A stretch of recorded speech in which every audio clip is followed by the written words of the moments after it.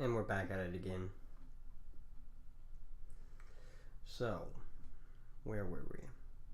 Published explanations. If practicable and consistent with the national security and law enforcement interests of the United States in coordination and cooperation with the Director of National Intelligence, the Secretary shall publish information in a declassified form to explain how a covered transaction that the Secretary denied or otherwise mitigated under paragraph 1 meets the criteria established under subsection A or section.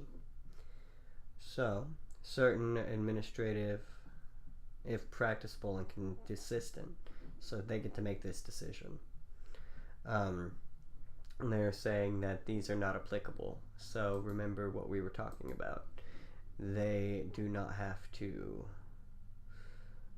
require the publication.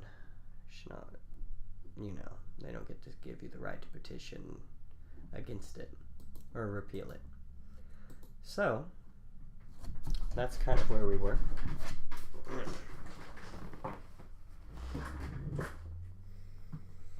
All right. 4.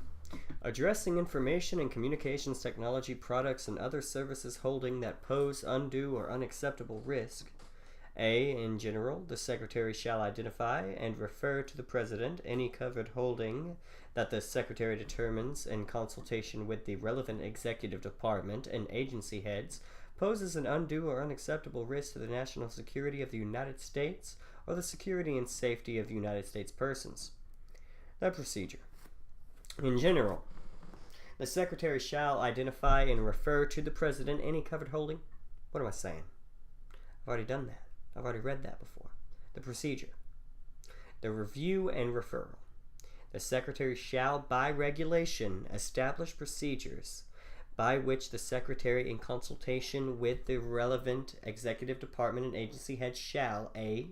conduct reviews of holdings to determine if such holdings constitute covered holdings that pose an undue or unacceptable risk under subsection A, and refer to the President covered holdings that are determined under subsection A to pose an undue or unacceptable risk. 2. Referrals for prior to establishment of regulations. At any time preceding the issuance of regulations or establishment of procedures under subparagraph 1, the Secretary may identify and refer to the President a holding determined to be a covered holding under subsection A for action by the President pursuant to the subsection C if the Secretary, in the sole and unreviewable discretion of the Secretary, determines that such referral would be in the interest of national security. In the sole and unreviewable discretion of the Secretary of Commerce. Now who is the Secretary? I cannot spell Secretary. I cannot spell, man. Secretary of Commerce. Gina Raimondo. No.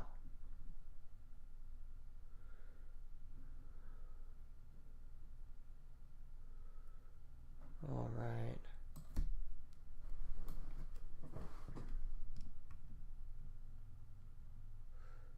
All right. Secretary of Department.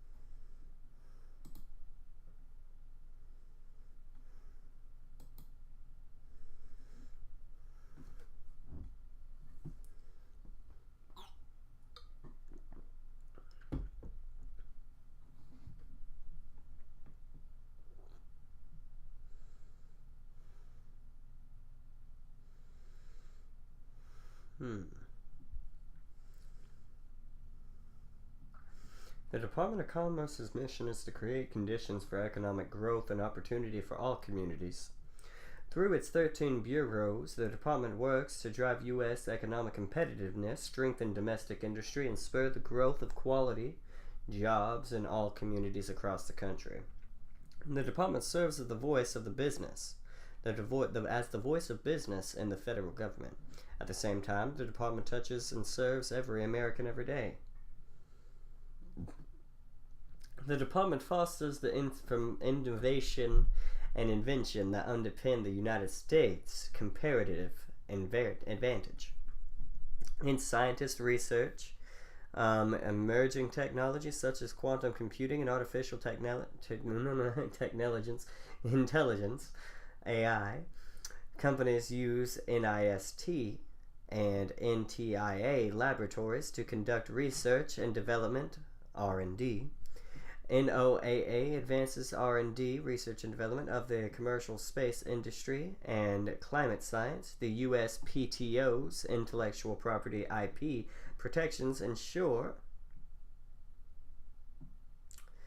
American innovators profit from their work. Strategic goals.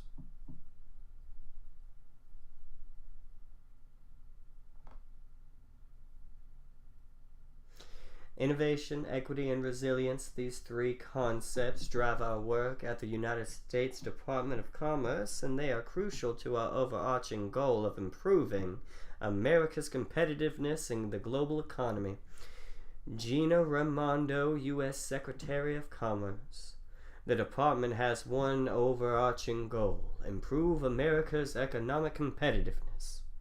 Each of the department's 5 strategic goals advance our mission and supports this goal. 1. Drive U.S. innovation and global competitiveness. 2. Foster inclusive capitalism and equitable economic growth. 3. Address the climate crisis through mitigation, adaptation, and resilience efforts. 4. Expand opportunity and discovery through data. And 5. Provide 21st century service with 21st century capabilities. That's right. That's right. That's right. Origins. Let's see what's going down. In March 1913, nearly 125 years after the Constitution established promotion of the general welfare as one of the great goals of government, President William Taft signed legislation creating the Department of Commerce. It was the desire to promote the general welfare through the expansion of commerce and industry that had brought the delegates to the faithful meeting in Philadelphia and made the Union possible. This period between the Declaration of Independence in 1776 and the Constitutional Convention of 1787 had been tumultuous, marked by discord among the newly independent states. Trade had become particularly troublesome. At the time, much of the commerce between the states was conducted along the Atlantic seaboard and via the waterways flowing into the Atlantic or the inland rivers.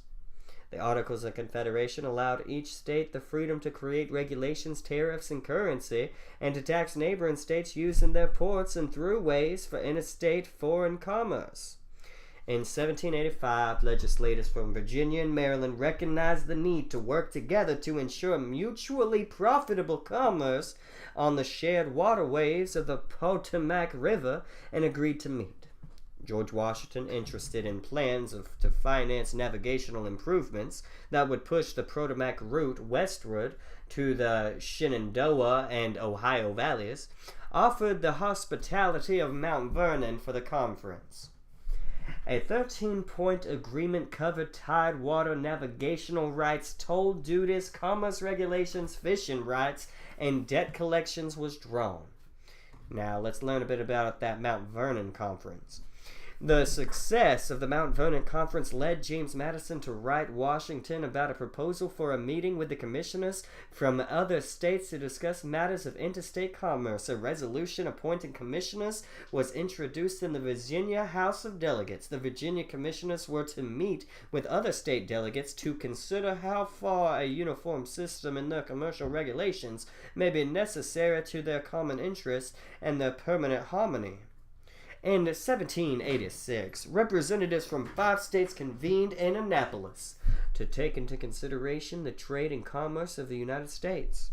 At this meeting, Alexander Hamilton had a proposal co-signed by James Madison and Edmund Randolph, recommended a general meeting of all the states at a future convention.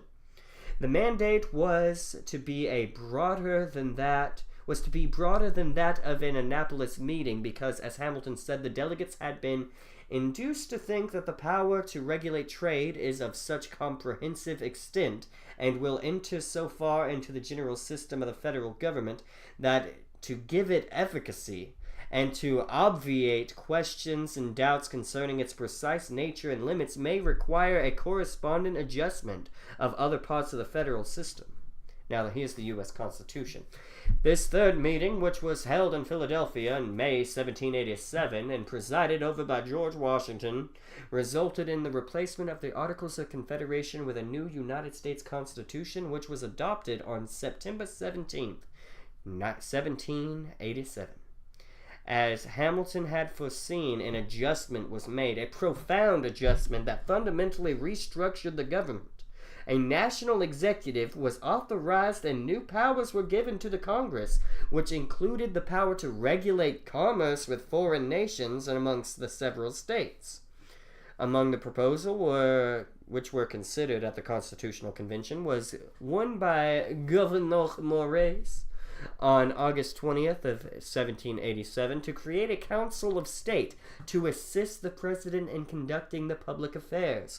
Morris recommended that the third member of the Secretary of Commerce and Finance, whose responsibilities would include recommending such things as may in his judgment promote the commercial interests of the United States.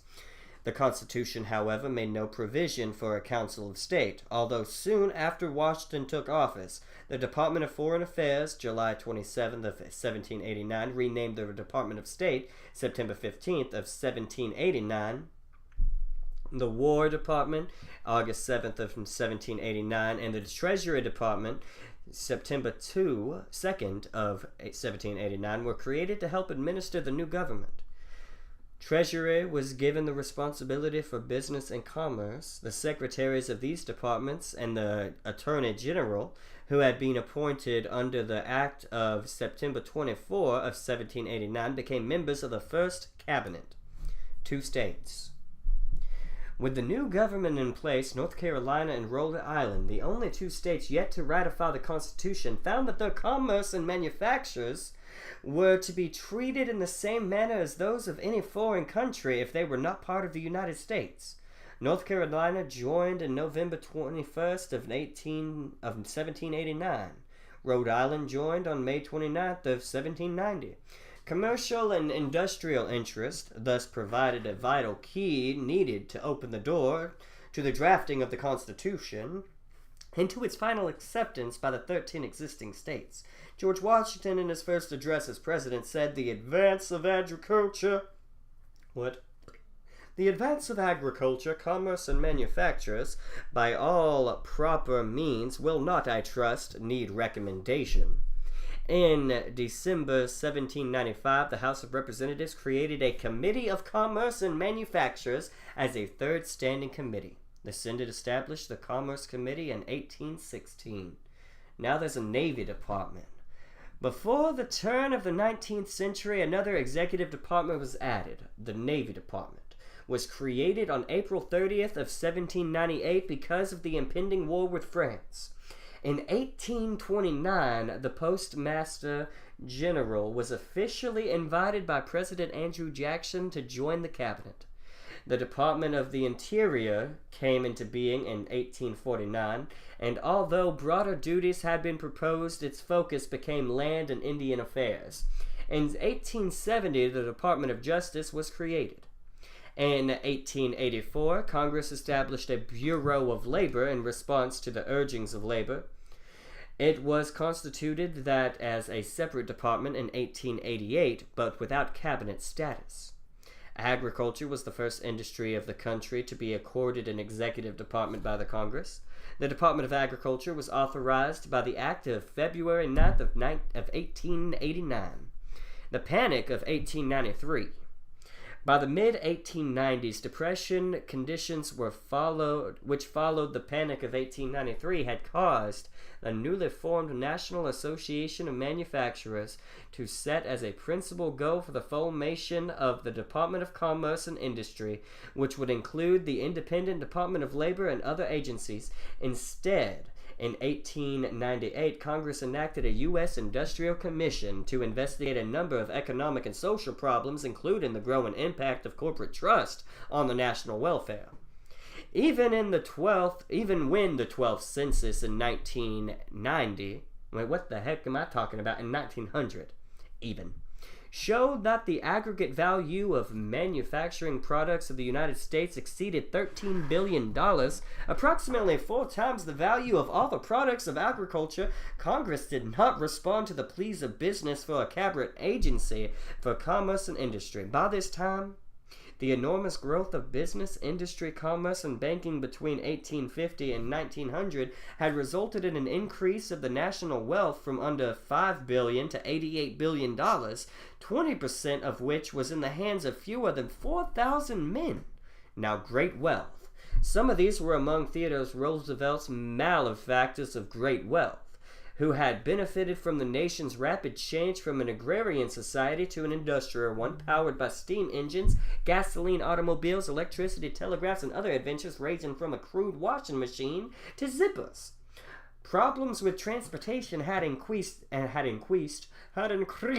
Volumes of material and goods had already led to the establishment of an Interstate Commerce Commission in 1887 to regulate the railroad rates and access.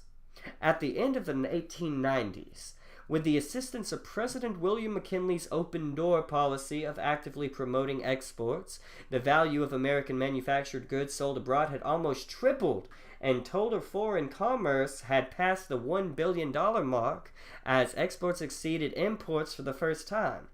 That was to be called the Great Commercial Invasion of Europe had begun. Still, Congress did not act on proposals for a cabinet department for commerce until Roosevelt succeeded to the presidency and recommended the creation of the combined Department of Commerce and Labor in his first State of the Union message in 1901. Roosevelt wanted the new department to have the power to investigate corporate earnings and to guard the rights of the working man. Spurred by the president, once again Congress considered a proposal for the Department of Commerce. When the debate in Congress concluded, the advocates of the Department of Commerce agreed to a compromise with those seeking cabinet voice for labor. For the first time in the nation's history, a vote was scheduled on the creation of a new executive department with a dual title, the Department of Commerce and Labor. Years 1903 through 1913. On February 14th, it's Valentine's Day in 1903, Congress approved legislation S-359, creating the Department of Commerce and Labor, and President Theodore Roosevelt signed the bill the same day. 2 days later, Roosevelt nominated his personal secretary, George B. Cortelyou, to be the first secretary. He was sworn in on February 18th in 1903. The new Department of Commerce and Labor was one of the largest and most complicated in government. It included the Bureau of Corporations, the Bureau of Immigration, the Bureau of Navigation, and Lighthouse Board, Steamboat Inspection Service, the Bureau of Statistics, the Coast Guard and Geodetic Survey, and the Bureau of Standards, the Bureau of Census, the Bureau of Fisheries, and the still-to-be-organized Bureau of Manufacturers. And the Department of Labor became once more a Bureau of Labor, and accounted for only 1% of all personnel. Promoting commerce. Charged with fostering, promoting, and developing foreign and domestic commerce, the mining and manufacturing, shipping and fishery industries, the labor interests, and the transportation facilities of the United States, the department's work was to include investigating management of corporations, except railroads, engaged in interstate commerce, the administering of lighthouse services, including the establishment and maintenance of aids to navigation, taking the census, making the coast and geodetic surveys, collecting and publishing statistics on a foreign and domestic commerce, investigating markets for American products, inspecting steamboats and enforcing laws pertaining thereto for the protection of the life and property, supervising Alaskan fur seal and the salmon fisheries, monitoring merchant vessels, including their registry measurement, licensing, entry, and clearance, applying immigration law, and collecting information on hours of labor, earning, and means of promoting material, social, and intellectual and moral prosperity. The Secretary was also required to make special investigations as requested to report annually to the President on department activities. The youngest department had the responsibility of some of the oldest programs in government. The maintenance of lighthouses was authorized by Congress in 1789. The first census was conducted in 1790. Thomas Jefferson signed legislation creating a survey of the coast in 1807. The Treasury Department started keeping statistics on waterborne foreign commerce in 1820 and organized an Office of Weights and Measures in 1836. Within 5 months, when all transfers were complete, the Department of Commerce and Labor grew from one official, the Secretary, to a total of 10,125 people in Washington and the country at large. Cortelyou served only a year before being called to manage Roosevelt's presidential campaign in June of 1904, but his successor, California Congressman Victor H. Metcalf, found that the work of organizing the department had been as thorough and complete as possible. During Metcalf's tenure, the Bureau of Manufacturers, which would be most directly related to the primary function of the department, the promotion of industry and commerce, was established in 1905 with a $1,020 appropriation and provision for 7 employees, including a bureau chief and assistant messenger. Now the secretaries. There were 2 more secretaries of commerce and labor over the combined department's limited lifespan: Oscar S. Strauss, and the entrepreneur and former U.S. Minister to Turkey of 1906 to 1909, and Charles Nagel, a politician and Missouri Supreme Court Justice from 1909 to 1913. The department became the increasing focus of requests for information of every kind: scientific, sociological, statistical, and commercial. By 1912, manufacturers accounted for 47% of exports, up to 32% in 1902 and 18% in 1892, with a total value exceeding $1 billion for the first time. In a report to Roosevelt, Strauss summarized the climate in these words: "Our age has been very properly called an era of commercial development and expansion, and the United States, by reason of many exceptional advantages, its boundless natural resources, and possessing a growing, intelligent, energetic, enterprising, and self-reliant population, is reaping a greater share of industrial and commercial prosperity than any other nations of the world. As the need for ever-expanding markets for manufacturers intensified and workers moved from farm to factory in greater numbers, labor brought increasing pressure for separation of the department's functions and independent cabinet status. President William Taft signed legislation on March 4th of 1913, on his last day in office, splitting the combined department. Labor was given cabinet status and the designation of the Department of Commerce and Labor, which changed to the Department of Commerce. It had taken more than a century for Congress to establish an executive department exclusively devoted to commercial and manufacturing industries of the nation. Well, now we know. Now where are we at? Alrighty. So, the Department of Commerce is going to be doing that by the sole discretion of the Secretary. Administrative procedure requirements and applicable. We already touched on that. Oh, wait a minute. Chapter 5, Chapter 7, Title 5. Subchapter 2 of Chapter 5 and Chapter 7 in the title of Title 5. The United States Code, commonly known as the Administrative Procedure Act, shall not apply to any referral of the Secretary to the President of a covered holding. Well, damn it. Now I'll need that. Give me you, motherfucker. What are you talking about, motherfucker? What do you mean you're gonna have that? I need to know. I wanna know. No, that's not it, man.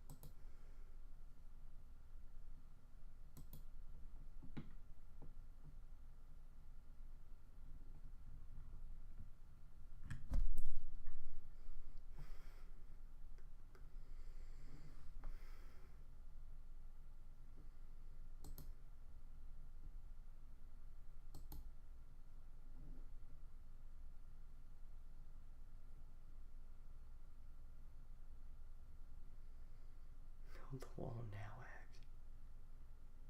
Oh my God, no. What is happening, dude? Why is it only giving me these years?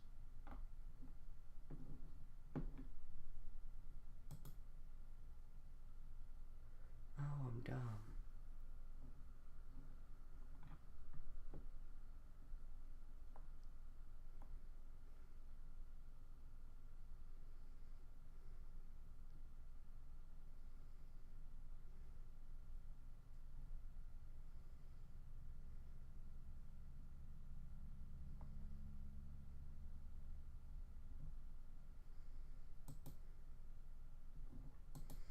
Why is it not a better search engine? Action by the President. In general, subject to Section 13. With respect to any covered holdings referring to the President under subsection A, if the President determines that the covered holding poses an undue or unacceptable risk to the national security of the United States or to the security and safety of the United States persons, the President may take such action as the President considers appropriate to compel the divestment of or otherwise mitigate the risk associated with such covered holding to the full extent of the covered holding. The covered holding is subject to the jurisdiction of the United States with respect to A, the United States operations, access, and property of the entity in which the covered holding is held, or of any product or service owned, controlled, designed, developed, manufactured, or supplied by the entity or used in the United States. Any tangible or intangible access, wherever located, ought to be used to support or enable use of the product or software of the entity in the United States, and any data obtained or derived from the use of the product or software of the entity in the United States. Non-delegable authority. The authority to compel divestment of a covered holding under paragraph 1 may only be exercised by the President and may not be delegated to any other individual except as described in paragraph 4. Announcement. If the President determines that action is required pursuant with paragraph 1, the President shall announce the decision not later than 30 days after the date on which the Secretary refers the covered holding to the President pursuant in subsection A. Enforcement of divestment. The President may direct the Attorney General to seek appropriate relief, including divestment relief, in the distinct courts of the United States in order to implement and enforce this subsection. Now, this is Section 5, Considerations. Priority information and communications technology areas. In carrying out Sections 3 and 4, the Secretary shall prioritize the evaluation of 1. Information and communications technology products or services used by a party to covered transaction in a sector designated as a critical infrastructure in Policy Directive 21 of February 12th of 2013 relating to critical infrastructure security and resilience. 2. Software, hardware, or any other product or service integral to telecommunications products and services including wireless local area networks, mobile networks, satellite payloads, satellite operations and control, cable access points, wireline access points, core networking systems, long, short, and backhaul networks, or edge computer platforms.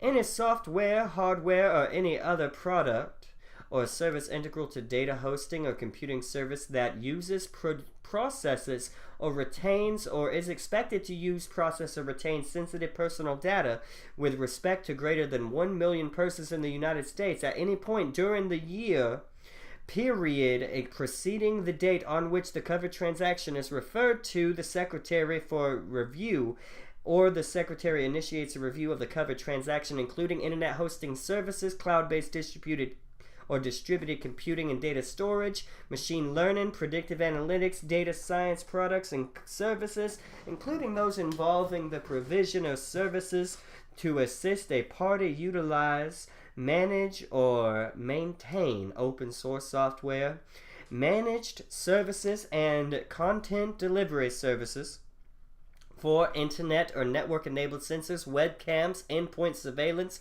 or monitoring devices. Modems and home networking devices of greater than 1 million units have been sold to persons in the United States at any point during the year preceding the date on which the covered transaction is referred to the Secretary for review, or the Secretary initials review of the covered transaction.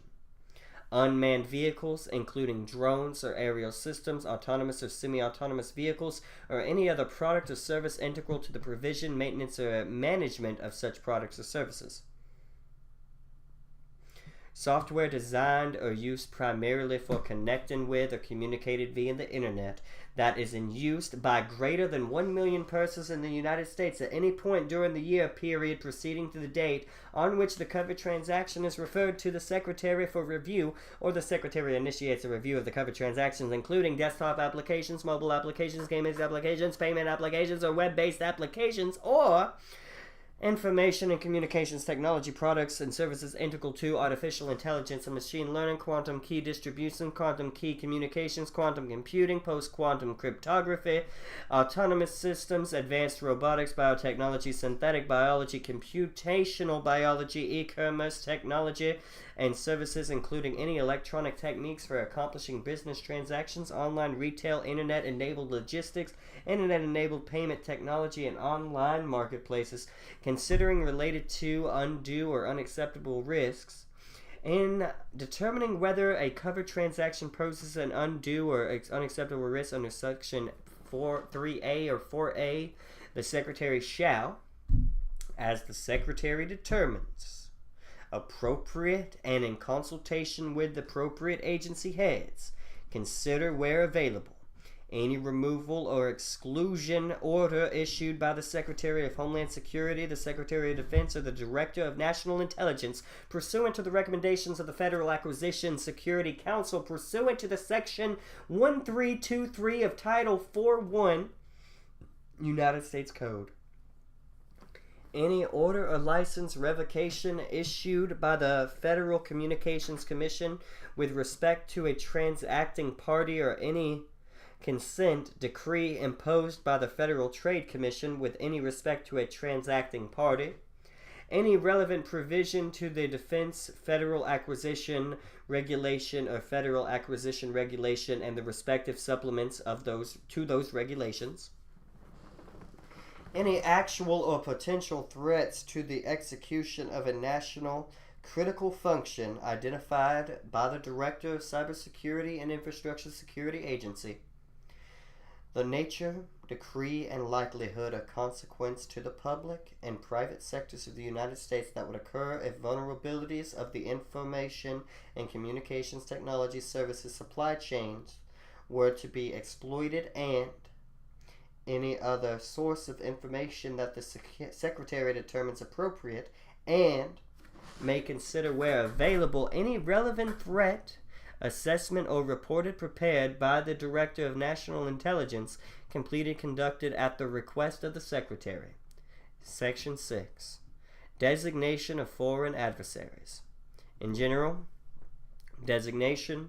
The Secretary may, in consultation of the Director of National Intelligence, designate any foreign government or regime as a foreign adversary if the Secretary finds that the foreign government or regime is engaged in a long-term pattern or serious instances of conduct significantly adverse to the national security of the United States or security of the safety of the United States persons. Removal of designation. The Secretary may, in consultation with the Director of National Intelligence, remove the designation of any foreign government or regime as a foreign adversary, including any foreign government or regime identified in Section 2.8, If the Secretary finds that the foreign government or regime is no longer engaged in a long-term pattern or serious incident of conduct significantly adverse to the national or economic security of the United States or security and safety of United States persons in a matter that would warrant designation as a foreign adversary. Notice, not later than 15 days before the date on which the Secretary makes or removes the designation under subsection A, the Secretary shall, by classified communication, notify the President pro tempore, Majority Leader, Minority Leader of the Senate, the Speaker and the Minority Leader of the House of Representatives, and the relevant committees of Congress in writing of the intent to designate a foreign government or regime as a foreign adversary under this section, together with the findings made under subsection A with respect to the foreign government or regime as a factual basis therefore. Section 7. Resolution of disapproval of designation and reproval of designation of, oh my God, of a foreign adversary. So this is how we disapprove the designation. Now, in this section, the term covered joint resolution means a joint resolution of disapproval of designation or a joint resolution of disapproval or of removal of designation. Hey, James. Mm-hmm. Yes, love? Where are the keys? Let's see. They're not in my pocket. I have the what's it called key? The mower key. So the last thing I saw them, they were on the counter. On the what? They were on the bar. They're not there now. They're not there now.